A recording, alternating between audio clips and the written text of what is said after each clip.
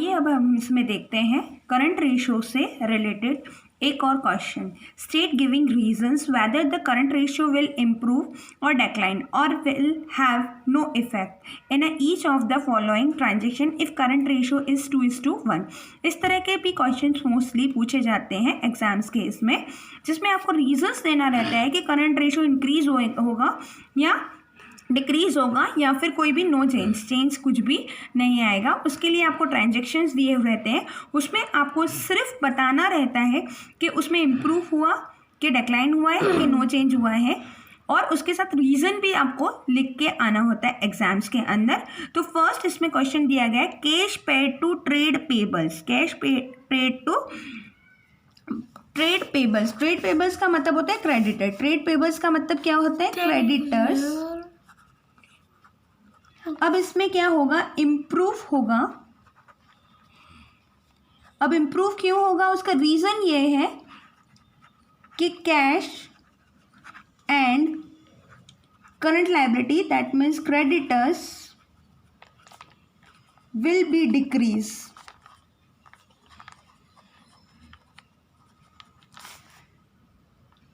The same amount. अब ये कैसे होगा? रीज़न सिर्फ आपको लिख के ले आना होता है। मैं आपको समझाने के लिए यहाँ पे ये चीज़ सॉल्व कर रही हूँ, पर पेपर में सिर्फ आपको इतना करके आना होता है आपकी अंडरस्टैंडिंग्स के लिए। अब लेट्स अज्यूम हम क्या कर रहे हैं? Current ratio. करंट रेशियो का मतलब क्या होता है कि ये करंट एसेट्स कितनी है? दुगनी है करंट लायबिलिटी से। ओके, इसका मतलब क्या है कि करंट एसेट करंट लायबिलिटी से दुगनी है। That means let us assume, हम यहाँ ऊपर ही पहले ही कर लेते हैं कि करंट एसेट मान लीजिए 2 लाख है। ओके, और करंट लायबिलिटी मतलब 1 लाख है। 1 लाख है, 2 लाख और 1 लाख। ओके, अब इसके अंदर अगर मैं मान लीजिए क्रेडिटर्स, क्या लिखा है?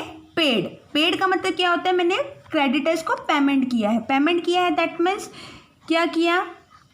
करंट एसेट में भी कैश एंड कैश इक्विवेलेंट्स आता है, तो उसमें 2 लाख है, तो 2 लाख में से मान लीजिए 50,000 मैंने पेमेंट किया कैश से, और इधर 1 लाख से पेमेंट किया 50,000। सेम अमाउंट, क्या लिखा है?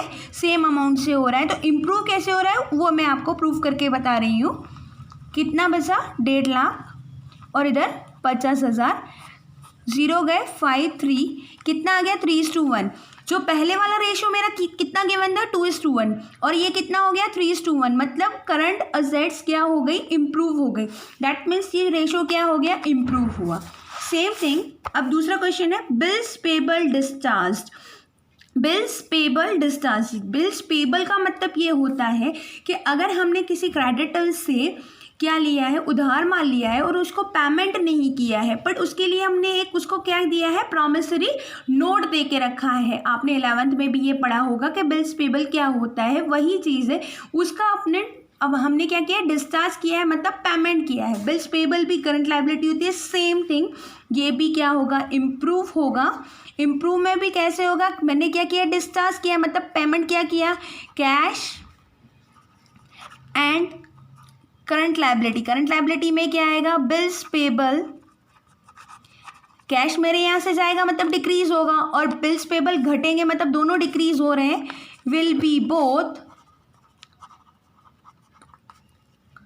Are decrease same amount. Same चीज़ उसी में ही 2 लाख है, 50,000 मैंने ट्रेड पेबल्स पेमेंट किए हैं, यानी कैश से पेमेंट किया है, मतलब कैश घटा है, मतलब मेरी करंट एसेट घटी है, और इसमें करंट लायबिलिटी घटी है, बिल्स पेबल कम हो जाएंगे, इसमें भी इम्प्रूव होगा। नेक्स्ट फिर क्या दिया गया है? Bills receivable endorsed to a creditor.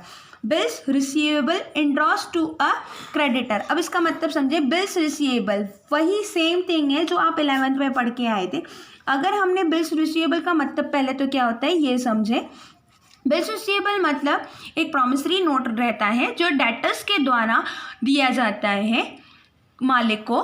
उसमें एक लिखा जाता है कि हम 1 मंथ के बाद या 2 मंथ के बाद आपको पेमेंट करेंगे। वही चीज़ अब मेरे पास पैसे अवेलेबल नहीं है, मतलब मालिक के पास पैसे अवेलेबल नहीं है, उनने क्या किया, क्रेडिटर को, मतलब क्रेडिटर कौन होते हैं, जिससे हमने उधार माल खरीदा है, उसको मैं पेमेंट नहीं कर रही हूँ, उसके बिहाफ में मैं उनको क्या कर रही हूँ, बिल्स रिसीवेबल दे रही हूँ, इंड्रॉस कर रही हूँ, मतलब किसी और व्यक्ति का उनको दे रही हूँ कि आप उनसे पैसे ले लीजिएगा। ये इसका प्रॉमिसरी नोट है। दैट मीन्स क्या हुआ, इसमें बिल्स रिसीवेबल मेरे यहाँ से घटे और क्रेडिटर्स को कैश ना देते हुए मैंने उनको क्या दिया है, बिल्स रिसीवेबल, मतलब क्रेडिटर्स भी मेरे यहाँ से घटे। दैट मीन्स क्या हुआ, अगेन इम्प्रूव हुआ है।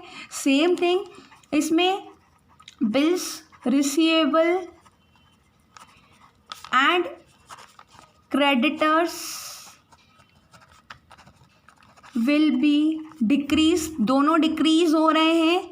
ओके, दोनों डिक्रीज हो रहे हैं with same amount, with same amount.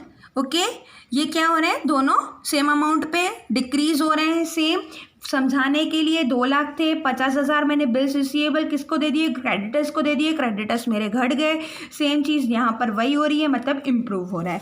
Next अपने को क्या दिया गया है, payment of final dividend already declared, जो डिविडेंड है वो ऑलरेडी डिक्लेयर्ड किया गया है, उसका पेमेंट हो रहा है, उसका पेमेंट हो रहा है। दैट मीन्स इसमें भी सेम थिंग वही जा रही है। डिविडेंड मेरी क्या हो जाती है, एक तरह की करंट लायबिलिटी हो जाती है। वैसे अगर हम माने तो जो डिविडेंड होता है, यानी जो प्रपोज डिविडेंड और ये सारे डिविडेंड्स जो आते हैं वो किस में आते हैं, आपके अगर नेक्स्ट ईयर चुकाएंगे, मतलब इस साल नहीं चुकाएंगे तो वो लॉन्ग टर्म लायबिलिटीज़ में आ जाता है, वो करंट लायबिलिटीज़ में नहीं आता है। पर अगर इसी साल डिक्लेयर्ड किया है फाइनल डिविडेंड के हमको पेमेंट करना है, मतलब इसी साल हमको पेमेंट करना है, तो करंट लायबिलिटी में चेंज हो जाता है। उसके बाद मतलब करंट लायबिलिटी क्या हुई, डिक्रीज हुई, क्योंकि मैंने डिविडेंड पेमेंट करा है और पेमेंट करा मतलब कैश। तो सेम थिंग इसमें भी वही जाएगा, इम्प्रूव कैसे हुआ, cash and dividend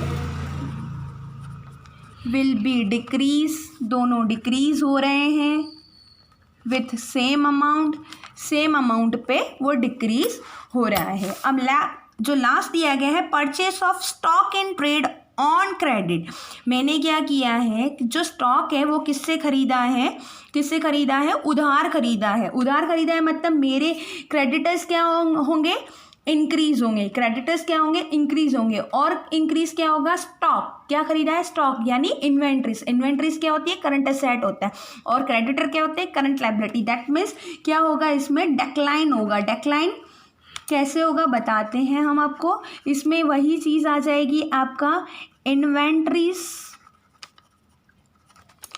and creditors